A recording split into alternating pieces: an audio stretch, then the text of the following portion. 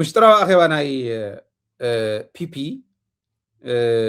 سراويت عززتي مسناي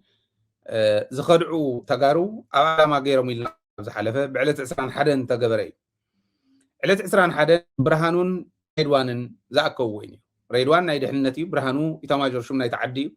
زياتهم زاكوهم زنبره تأكب توزيو ناي بعلم عززت سراويت ناي دحننت سبات عبيت زولوهم قرع جنرالات تزملسو نعدهم إلنا نحاسوهم كل زين العلوم بعل صادقان سامورا بعل يوهانس قبر مسكلون زلوه حرام ريت اللي نازول زلوه شفات زمرحو جنرالات تقراي زلوه زيومن عززتنا إثيوبيان عززتي كدعت جنرالات ناي تقراين حابيرهم مسناي دحنت حيلي زقوروا أخي رأيني متى يزلعوا لكم زلوكم مخنيات سلزلني نفتنا يلو مخنات تحازو سلسلسة معلتي أخي باقيرهم أو حتى استحاتته أبناء بعلهم حتى استحاتته غفتو حرام ريت اللي خزول خاو نبرهانو زملسو وملسلو فيدرال منغستي ناب تقراي زاعت ولو وين اي تقراي منغس ناي إثيوبيا منغس ناب تقراي كنعاتو إنا خوينات كنكفتين ايلو زوسنلو مغنيات سلسة مغنياتو نقمي تمام قدمزي حرام ريت اللي نازولو ناي عدك حتي تميم دقافنا يصوارن درونن حتي تميم قلطيفنا نقطو زبل عبي حتووني نيرو قلطيفنا نقطو تبلو قن حايلي يولكمن بدحريت كويننا معاتكم بلان معات كالي إن حقزناكم مبزنا ورنالو ترفريفكم يخم مصيخم قلطيفنا نقطو خطو بلو خلقكم زحاسكم وانا قري يولكم من زبلنا وردت سي أمالي سملو عواري دوم ماميو وردتين ياتاتكم سلزخون حزي أنا عدك قدايون كافت زهاوناكم وصعي نهبن إلى مم عدقي زخبيل برات زبهال ناي بودن ويكعنا قجل مسارح زبهال نعنا ندهاونا يولوهم يترف درسو إن زخانة ويأخل زخانة كلاشن ونيوه من أمينة غنيات كلاشن زهاوهم حيزهم ما ندام وصنا بتقراي سلزري ومي شفان زولون كاون لعلي خلينا نشوف نخلي مثلا نجن دبلوماسي سرحهم كتصرحوا تقولوا لكم تاخذ كلوا وتقولوا زي آية عاب ميديا نبكالي نبناي بروباغاندا سرحهم سرحوا يميلهم زي يميلهم كاوريهم ميهم كمي ناي ميديا وفري كم زمصو ابزانا يوسانوان ريهم ميهم سامورا مصيو كيريا مصيا ካልኦቶም ትትብሉለው ብጽሑፍ በልዎ ብዘረባ በልዎ እዚ አይለሞም ታትገብርዋ ትኽእሉ ናይ ሚድያን ፕሮፓጋንዳ ሓትኹም ኢኹም ክተጠናኽሩ ትኽእሉ ብተኽሲ ግን ርኢናኩም ኢና ደግፉና ይትደግፉና ኣፅዋር ይትሃውና ምኽንያት ክኸውን ይኽእልን ኦረድ ርኢናኩም ኢና እዩ ነይሩ ሕዚ እዚ ኢሎሞም ኣለዉ ቶም ዝወፁ ዘለው ጥራሕ ኣይኮነን ክትርእዩ ቶም ዘውፅዎም ዘለው ሚድያታት እውን ተጋርዩ ነጋ ዘርኢ ናበለ ድሕሪኦም ዝሓቶም ዘሎ أنا يتحتهم يبل الميديا يترفدو نجازرو أب دلاي يوتيوب يلطفهم أبدا دبي التلفزيون بتأمون إنترفيو تتطور تجمع يبلي كم أي كونن جنا يموجودهم كونيلو ناتاتهم دليت ناتاتهم information ناتاتهم poison نافذون خلف ناله بقى كالي تأمر يقول أنت أنا أسات جراوي كوينة يحتت بتعمي إذا تعزز بايدو يكحلف يو زقول دايزي كونتاتكم معراري كونتات مستمع عراري صباح نقو حلنا أخم بعلو نتقراي بملؤكم رقصوا يولكم ولا حق انت زي حتته ولا مرحتنا انت سنيفهم حلنا أخم بعلو نتقراي بملؤكم كي ترقصوا خلق لكم ناي حلنا تحت نتكبيري برقصنا حق تحت نتون كلي من ترى بالليل أركايف جبر الله صباح نقو تحتته اليوم جن كم يزبله صل إخلوا وكخلنا عدها إخاهم تقبر يقرمي كافتهم ززارون العلي إتهم ززاروا يقدروا قبل ليه anyway نايتيبيا منغستي نابتقراي زعت ولو مغنيات برهانو قلت قبر كله ثلاثة مغنيات ينيبل قصر حدا جنتان داوليهم خصوعوا وعلم نحو واحد جنتا بعلو خوينات انتجميرو ويبل كوينات كم زين جمر يفلتيهم مريتنا كم زين قدف قن يفلتيهم حزنتا معراب تقراي مملاس سلمت مملاس تبل مجمار كل واخل يوم قدمنا خنصر حلو ኣብ ሚድያታትና ከምኡ ዝበለ ስትሮንግ መትከል ክህሉ ኣብ ሕልና ተጋሩ ክንገብር ክንክእል ኣለና ስለዚ ኩናት ባዕ ተጀሚሩ ክናት ኢና ይብሉ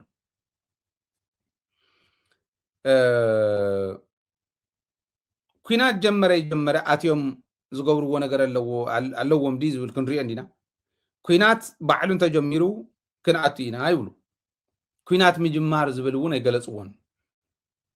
ከመይ እቲ ኩናት ምጅማር መሬትና ክነምልስ ከለና ድዩ ወይስ ካሊእ ከባቢ ናይ ኢትዮጵያ እንተወሪርና እዮም ዝብሉ ዘለዉ ሕና ኣይንወረርን ታሪክና እውን ኣይኮነን ድሌትና እውን ኣይኮነን መሬትና ግን ኣይንገድፍን ቃልስና መሬትና ንምምላስ ተመዛበልትና ንምምላስ እዩ መሰል ዓርሰውታንና እውን ብምሉእነት ንምኽባር እዩ እንታይ ዝደሊ ህዝቢ ትግራይ ክተት እዩ እዚኦም ምግባር እንተኮይኑ ተቃልሲ ዝብልዎ ዘለዉ ኩናት ዝብልዎ ዘለዉ ኦልሬዲ ኢንዳይሬክትሊ ጀሚርና ኣልኩም ኣለና ዝብሉና ዘሎ ኣብ ልዕልና ጀሚሮም ኣለዉ መሬትና እንድሕር ወሲዶም ተመዛበልቲ ከመይ ትመልሱ እንተ ኢሎሙና እቲ ካልኣይ ግዜያዊ ምሕዳር ድጋፍ ይገበረለ ኢሉ እንተሓቲቱ ይብሉ ክሓትት ኣይኽእልን ድጋፍ ይገበረለይ ክብል ዝኽእል መንግስቲ ትግራይ እዩ ብሄራዊ ክልላዊ መንግስቲ ንፌደራል መንግስቲ ድጋፍ ይገበረለይ ክብል ይኽእል እዩ ብሄራዊ ክልላዊ መንግስቲ ኣይነበረና ግዜያዊ ምሕዳር ሕወሓትን ናይ ኢትዮጵያ መንግስትን ዘቋቁምዎ እዩ ነይሩ ክሓትት ኣይኽእልን ከምኡ ክሓትት ይኽእል እዩ ዝብል ስልጣን የብሉን ተን ስልጣኑ ፍሉጣት እየን ክሓትት ኣይኽእል ታደሰ እውን ኣይሓትተን ይብል ነይሩ ክሓትት ከም ዘይኽእል ስለ ዝፈልጥ እዩ ስልጣን ከም ዘለኒ ይፈልጥ እየ ግን ይብል ነይሩ ትክክል ኣይኮነን ስልጣን የብልካን ብሄራዊ ክልላዊ መንግስቲ ናይ ፌደራል መንግስቲ ድጋፍ ዝሓተሉ መስርሕ ዝተቐመጠ ነቲ ብሄራዊ ክልላዊ መንግስቲ የፍቲ ሕገ መንግስቲ ተቐሚጡ ብሄራዊ ክልላዊ መንግስቲ ኣይነበረናን ግዜያዊ ምምሕዳር እዩ ነይሩ ብስምምዕነት ክልቲኦም ስለዚ ክሰማማዕ እንተኮይኑ እተወለይ ሓይሊ ናይ ብልፅግና እተወለይ ክብል ክሰማማዕ እንተኮይኑ ሕወሓት ይኾን ዘለዎ ማለት ታደሰ በይነ ይፅውዕ ዋላት ምምሕዳር ይፀውዕ እንተዝበሃል 66% ናይቲ ምምሕዳር ሕወሓት እዮም ስለዚ ሕወሓት ክትፅውዕ ማለት እዩ እዚ እውን ኣይኸውንን እቲ ካሊእ ጁንታ ዕልዋ ፈፂሙ ስልጣን ናይ ግዜያዊ ምሕዳር እንተተቆፃፂሩ እዩ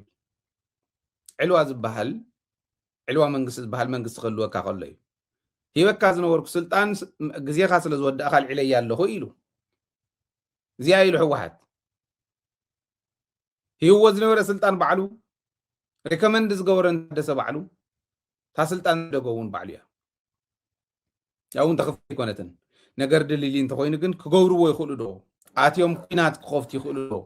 ኩናት ክንከፍት ኢና ከምዚ እንተኮይኑ ኢሎም ሰለስተ ነገር ዝገልፅዎ ዘለዉ ክገብርዎ ይኽእሉ ዶ ዝብል ክንርኢ ኢና ቅድሚ ግን እንታይ ብርሃኑ ናይ ብርሃን ጃህራ እውን ራእዩ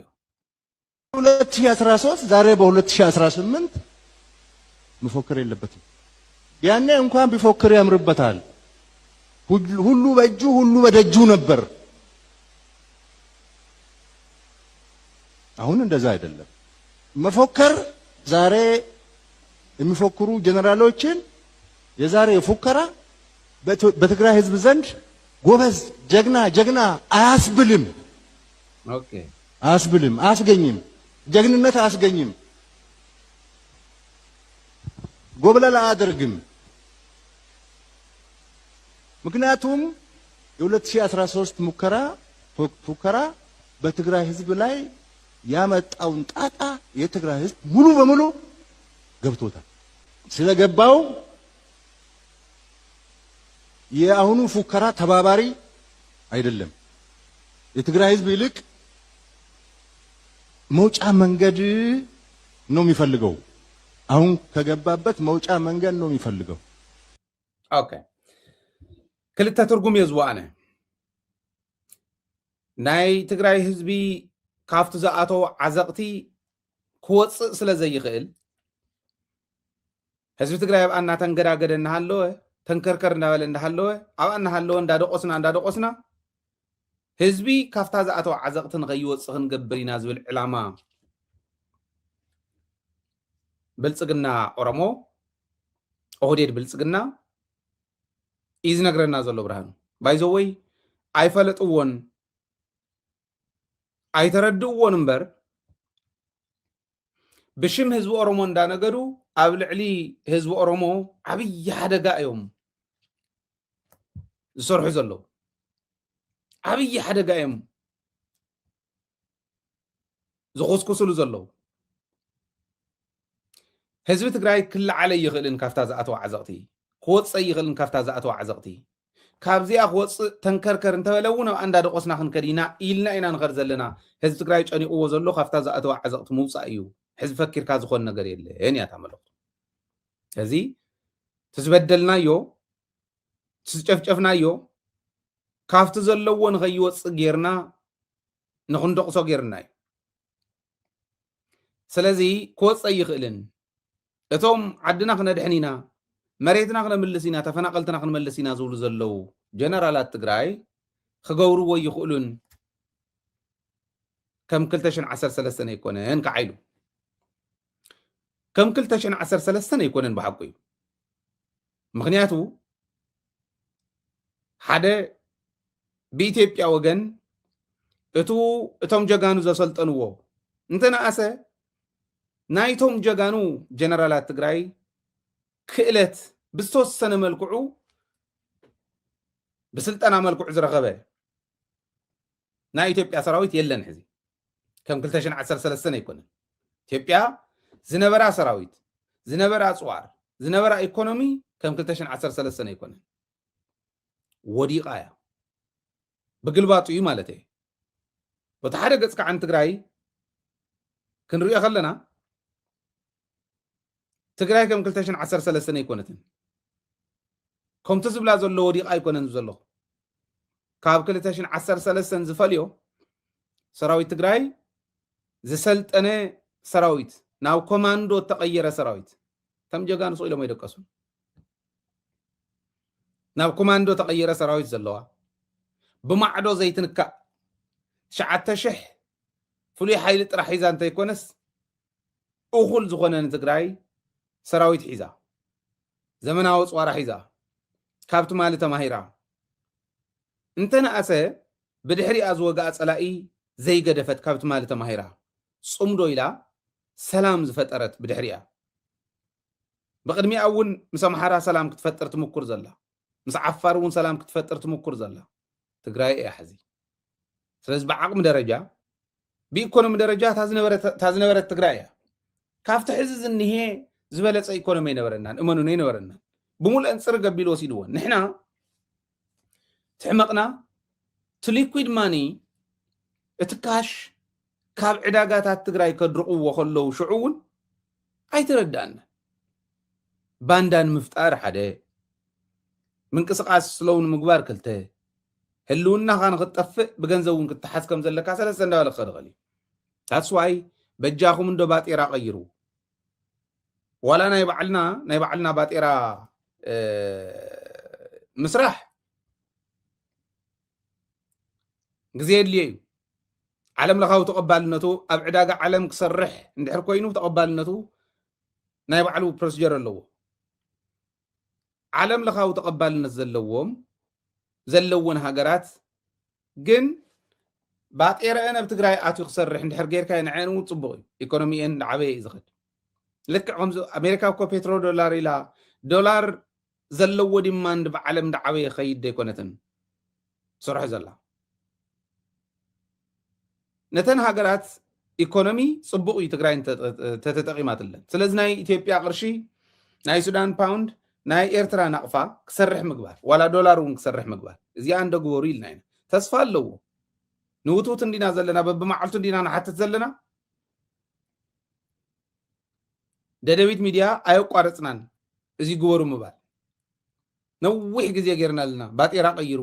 ገጽኩም ቀይሩ ናይ ኢምፖርት ኤክስፖርት ነጋዶና ተሓዝዎም ብባፅዕ ዘላቂ ዝኾነ ንክኸውን እውን ሕሰቡሉ ከመይ ጌርካ እዩ ክሕሰብ ዘለዎ ንሕሰበሉ ሓቢርና ንረዳዳእ ዝብል ኣቐሚጥና ኢና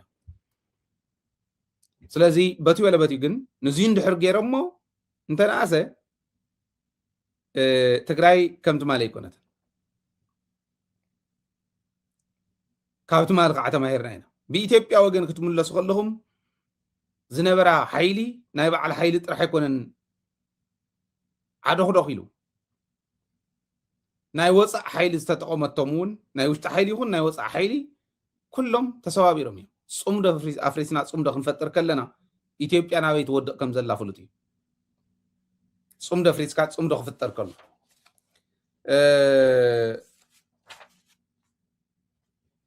ኣብ ኣምሓራ ዝኒየ ኩናት ከምኡ ይነበረን ከምዚ ባህል ኩናት ኣይነበረን ኣምሓራ ሆ እንዳተባሃለ ሽፍታ እንተይተረፈ ተፀዊዑ ናይ ኣርማጮ ሽፍታ ናይ ዳባት ሽፍታ ናይ ከምዚ ሽፍታ እንዳተባሃለ ሸፋቱ ብሊስታ ተፀዊዖም እዮም መፅዮምና እንተሎ ሸፋቱ ፋኖ ፍሉይ ሓይሊ ኣድማ ብተና ግዛዕ ዝበሃሉ ጥራሕ ከይመስለኩም ሚሊሻ ገለ ዝበሃል ጥራሕ ከይመስለኩም እንተሎ ሽፍታ ተፀዊዑ እኳ ፖስት ተገይሩ የአርማጮ ሽፍቶች ሆይ አሁን ሀገራችን የምናድንበት ስለሆነ ክተት የዳባት ሽፍታ ሆይ የምናምን ሽፍታ ሆይ እንዳተባለ ነይሩ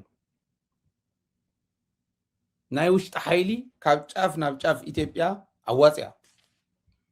ሕዚ ተዋፅዶ ኦሮሞ ይዋፅዶ ከዋፅ ይኽእል እዩ ግን ክንዱ ዝኣክል ናብ ኦላ ከዓ ይኸይድ ኣሎ ናብ ናይ ኦሮሞ ናፅነት ኣርሚ ይኸይድ ኣሎ ኣምሓራ ከዋፅ ይኽእል የዋፅ እውን ኣሎ ንሓቱ እውን ይቃለስ ኣለኩ ኣድማ ብተናን ሚሊሻን እዮም ዝቃለስዎ ዘለውን ፋኖ ነንባዕሎም ላሕ ዝበሃሉ ዘሎ ክንደይ ሰብ ክውዳእ ከም ዝኽእል ሕሰብዎ ግን ፋኖ ይደፍእ ኣሎ ኣምሓራ ክልል እውን ሙሉእ ጦርነት እዩ ዓፋር ከም ትሕዝኒ 18 ክፍለ ጦር ኣይነበረን 18 ክፍለ ጦር ኣይነበረን ናይ ዓፋር ፌደራሊስት ሓይልታት ነይሮም ኣብ ትግራይ ትሙስሙስ እያ ነይራ ነይርዎም ተወሰነ ፍትያ ፅሕተር ግን ከምዚ ሕዚ ሶሊድ ኣይነበረን ንሱ እውን እጉግመ ዝበሃል ከዓ ሕዚ ጠንኪሩ መፅኡ ኣሎ ስለዚ ኢትዮጵያ ኢኮኖሚያ እውን ሰራዊታ እውን ኣላይስ ዝበሃሉ መላፍንታ እውን ናይ ደገን ናይ ውሽጥን ጠቕላላ ዝሰኣነት ዓዲ እያ ሱዳን ከምቲ ናይ ሕዚ ኩናት ፈጢር ክለይ ትብል ዓዲ ኣይኮነት ናይ ጭንቂ ግን ናይ ውሽጥ እንተዓበየኒ ሕምስምስ ክፈጥር ብዝብል ሓሳብ ከምቱ ሾርት ሳይትድ ካልኩሌሽን ዝበልዎ ቲፒኤልኤፍ ሾርት ሳይትድ ካልኩሌሽን ናይ ኢትዮጵያ መንግስቲ ኣብ ልዕሊ ሱዳን እውን ኩናት ከፊቱ ኣብ ልዕሊ ኤርትራ እውን ኩናት ክኸፍት ኣብ ልዕሊ ትግራይ እውን ኩናት ክኸፍት ይኽእል ኣሎ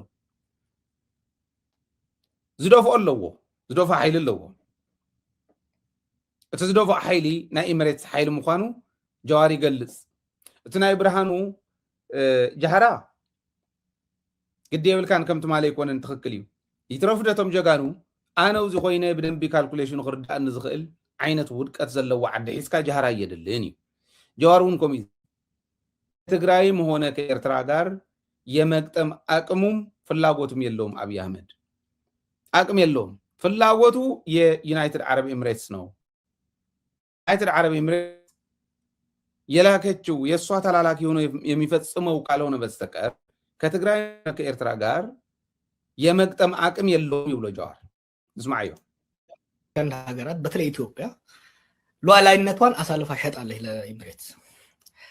አብይ በአሁን ባለው አቅምና ባለው ቁመና ከትግራይ ኃይሎችም ከኤርትራ ጋር የመዋጋት ቁመና የለውም ፍላጎቱም የለውም ነገር ግን ኤምሬት ጦርነቱን ትፈልገዋለች ለምን በለኝ በሳውዲ ድጋፍና በሌሎች በቱርኮች ድጋፍ በግብጾች ድጋፍ የሱዳን ጦር ኃይል በሳውት ኮርዶፋን ላይ እየገፋ እየመጣ ነው ያንን ዲፍሌክት ለማድረግ ያንን ለማስቀየስ የሸማቂ ኃይሉ ወይ ደግሞ የአማጺ ኃይሉ የአርኤስኤፍ የሐመቲ ጦር ደግሞ ጫና መፍጠር መቻል አለበት በኢትዮጵያ ድንበር በብሉ ናይል አካባቢ በኢትዮጵያ ውስጥ የሰጠው ወታደሮች ጥቃት ከፍተዋል ያ ብቻ በቂ አይደለም የአርኤስኤፍን ጦር ለማትረፍ ወይም ደግሞ የበላይነት እንዲይዝ ለማስቻል ሱዳን ውስጥ እየተንቀሳቀሱ ያሉ ከዚህ በፊት አይ ቲንክ አርሚ 70 ነው የሚባሉ መሰለኝ የህዋት ተዋጊዎች አሉ ኢትዮጵያ ውስጥ ጦርነት በማስከፈት አንድ የህዋት ጦር ወደ ኢትዮጵያ ፎከስ እንዲያደርግ እንዲሁም ደግሞ የኤርትራ ኃይልም የሱዳን ኃይል እየደገፈ ነው ብሎ ስለሚጠረጥሩ የኤርትራም ኃይል በራሱ ጦርነት ተጠምዶ ከሱዳን እጁን እንዲያወጣ ይፈልጋል ኤምሬት አብይ እንደምንም አድርጎ ሰሜን ኢትዮጵያ ላይ ጦርነት እንዲጀምር እየገፋቸው ነው ይሄ ባለፉት ወራት እየገፉ ነበር ሪዚስት እያደረገ ኳሷን እያንደባለ ነበር አሁን ግን አርኤስኤፍ ከፍተኛ ጫና ውስጥ እየገባ ስለሆነ በተለይ ደግሞ ሳውዲ ኃይሏን ጨምራ ከመጣች ወዲህ የሱዳን አማጺ ከፍተኛ ጫና ስር ስለገባ ያንን ጫና ለማቃለል የግድ ኢትዮጵያ ውስጥ ጦርነት መጀመር አለባቸው። ምን አሁን ቅድም መጨረሻ ላይ ስላነሳው ልምጣለ። ለምንድን ነው ሰሜን ሸዋ የአማራ ክልል ሰሜን ሸዋ፣ ኦሮሚያ ሰሜን ሸዋ፣ ወሎ ላይ ሰሞኑን ኢንተርኔት አጥፍቶ ከፍተኛ የአየር ድብደባ እየተካሄደ ያለው? ሰላሌ ላይ፣ ምዕራብ ሸዋ ላይ፣ ደቡብ ምዕራብ ሸዋ ላይ በኦሮሚያ ውስጥ ይሄ እየተደረገ ያለው ማለት ነው። የላኛውን ጦርነት ከትግራይ ኃይሎች እና ከኤርትራ ጋር ጦርነት ከገባው አዲስ አበባ ቅርብ ያሉት አማጽያኖች ጫና እንዳይፈጥሩበት አስቀድሞ የማዳከምና የማቃለል ስራ ነው እያደረገ ያለው። ብዙ አሁን በስፋት በዲፕሎማቶች ወገን እየተወራ ያለው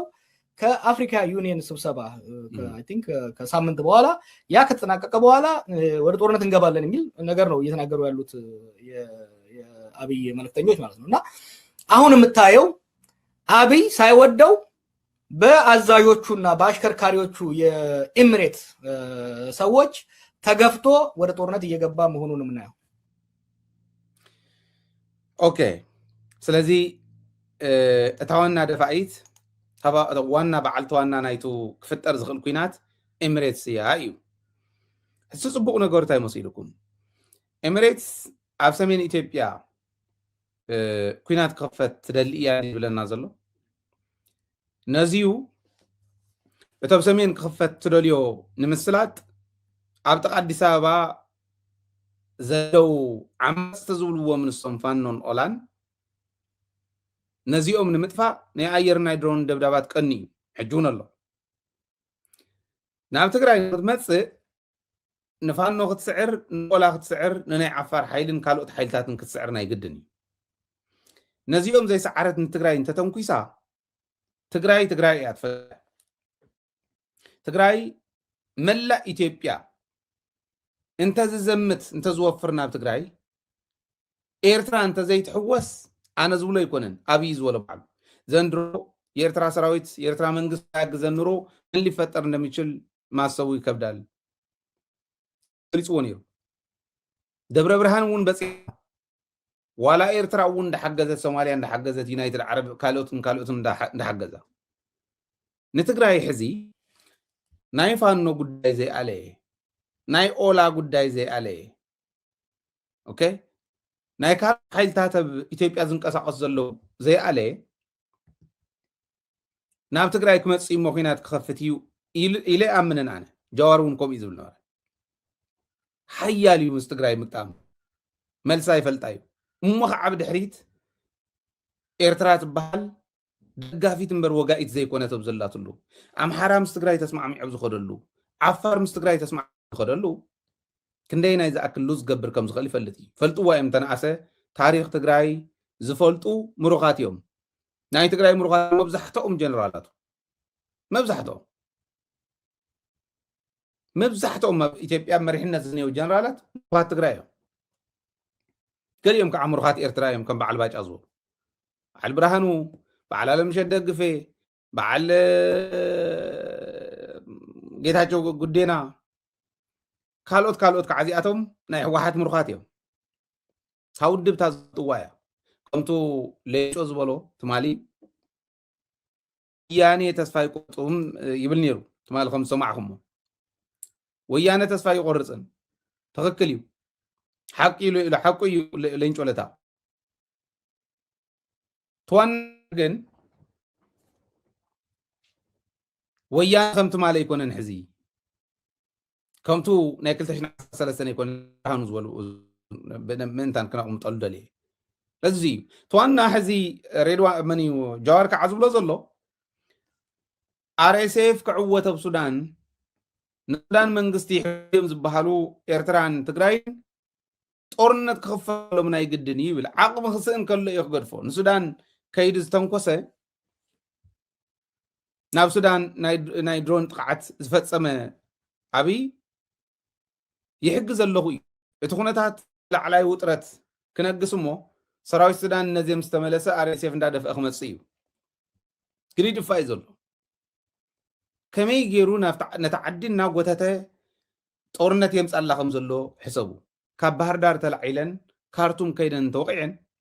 ካርቱም ዘውፅዎ መግለፂ እውን ከም ዝብሎ ኣብ ዝጥዕመና ግዜን ቦታን ምላሽ ቢና ኢሎም ኣለዉ። ለማዓንቲ ድያ ፅባሕ ድያ ንዓመታ ድያ ንድሕሪ ዓመታ ድያ ንፈልጣን ግን መልሲ ክህቡ እዮም ባዕሎም ዝበልዎ እዩ። سيبا إثيوبيا خوينا تمصال لنا أمين أبي خوينا تمصال لنا إثيوبيا مالت زيو سلويانا جن تلعيلو هزي ويانا حزم العلو ويانا من قصتم مسراتو ويانا سريزنا كز تبهلت حرق تبهلت نددوك يتننو يتبالي وياني متو سلطان لا يقود تسيل سلطان لا يسيقب من قصو سي مسرت هزوم مولو بمولو سيدقفو نايلو ينجولة تازا حق يقوون ناي أبي تنبيت كوين يترف ترف كوين لما አይቆርጡም ወያኔዎችን በደንብ አውቃቸዋለሁ በምንም አይነት ሁኔታ ተስፋ አይቆርጡም መሞከራቸው አይቀርም ብዬ ጠብቃለሁ እንግዲህ አሁን ውሉም ስምምነቱን ከተፈረመ ቅርብ ጊዜ ነው እንዴት ስራ ላይ ውላል በወያኔ ደጋፊዎች ውስጥ ብዙ ውዝግብ እየተካሄደ ነው ይሄ ውዝግብ ሰነጥቀዋል ድርጅቱን ወይስ እንደዚሁ አንድ ወገን አሸንፎ ይዘልቃል አናቅም ስለዚህ ትንሽ ጊዜ ወስዶ ማየቱ የሚሻል ይመስለኛል ሰዋይ ግን በደንብ ይፈልጣን ወያነ ማለት መቃለስቶም ስለዝኾነ በርግጽ ኦነግ ንሕወሓቱን ይበልጻ ይብዕድመ በደንብ ቢብዎም በቃ ነው ወያነ ነገሩ ህይወት ዘመኑ ዝተቃለሰ ቃልሲ against ወያነ ስለዝነበረ ወያነ መኒው በደንብ በተግባር ዝተረደእ ሰብ ተስፋ ይቆርጹን ይሉ ተስፋ ይቆረጽናን ወያነነት ናይ ትግራይ መግለጽ ስለዝኾነ ናይ ህወሓት ጥራሕ ይኮነ ህወሓት መግለጽ ወያነ ስለዚ ወያነ ተስፋ ይቆርጽን ማለት ትግራዋይ ተስፋ ይቆርጽን እዩ ባሕሲሩ ትግራዋይ ተስፋ ይቆርጽን ንቕጽሎ ዘለና ከመይ እንዳበልና ከም ዝመጻና ኣብ ሕድሕድ ትግራዋይ ራይዎ ኣብ ሕድሕድ ትካል ናይ ትግራይ ኢንክሉዲንግ ደደቢት ራይዎ ወያነ ተስፋ ይቆርጽን ትኽክል እዩ እንታይ ግን ኢሉ መስለኩም ነቱ ድብ ሰንጢቁ ትነዶስ ወይ ሓደ ኣካል ሓደ ወገን ኣሸኒፉ ተመሊሶም ናብ ስልጣን ይመጽእ ይፈልጥን ኢሉ ሕዚ ኮይና ዘላ ራይዋ ስንጥቅዎ እዮም ኢሎም ሞኪሮም ይታቸው ንሕና ኢና ህወሓት ኮይብል ነይሮም ኣዲስ ኣበባ ኸይደ ኣነ ዝገርመኒ ጉባኤ ዝገበረን ጉባኤ ዘይገበረን ህወሓት ኢሎም ሽም ዘውፅኡ ግለሰባት ይገርሙን እዮም ህወሓት ኣይኮኑን ህወሓት ከፍርሲ እዮም ዝኸዱ ዘለዉ ክንብል ከለና ባይዘወይ ናይ መጀመርያን ጠንካራን ቃልሲ ዝገበረ ተካል ደደቢት እዩ ገለገሊኦም ንሕና ኢና ጀሚርና ይብሉ እንዲኦም ካብ ደደቢት ወፃኢ ካሊእ ሚድያ ነዞም ሰባት እዚኦም ተቃለሶም ሰብ የለን ብዝኾነ ማንም ይኹን ማንም ተቃልሲ ሳላ ህዝቢ ሳላ ጽንዓት ናይ ህዝብና ኣብዚ በፂሕና ኣለና ሌንጮለታ ግን ከመይ ከም ዝፈልጦም ብደንብ ዝገረመኒ እየ እዚ ዝብል ዘለኹ ኣብይ ካብኡ ዶ ይመሃርን ስሒቡ ዶ መኽረነ ይብሎ ኤኒዌይ ብዙሓት ሰባት እውን ባዕደ ዝበለኩም ተብሉ ስለ ዘለዎ ሓንቲ ንሳ ክእንግደኩም እሞ ናብ ካሊእ ነጥብና ክንከድ ኢና ወንድምና እህቶች ዶክተር ደብረጽዮንን የትግራይ ፕሬዝዳንት አድርገው መርጠዋል። በዚህ ነገር እርግጠኛውን የምናገረው ለትግራይ ህዝብ ከትግራይ በላይ አቃለው ብሎ የሚያስብ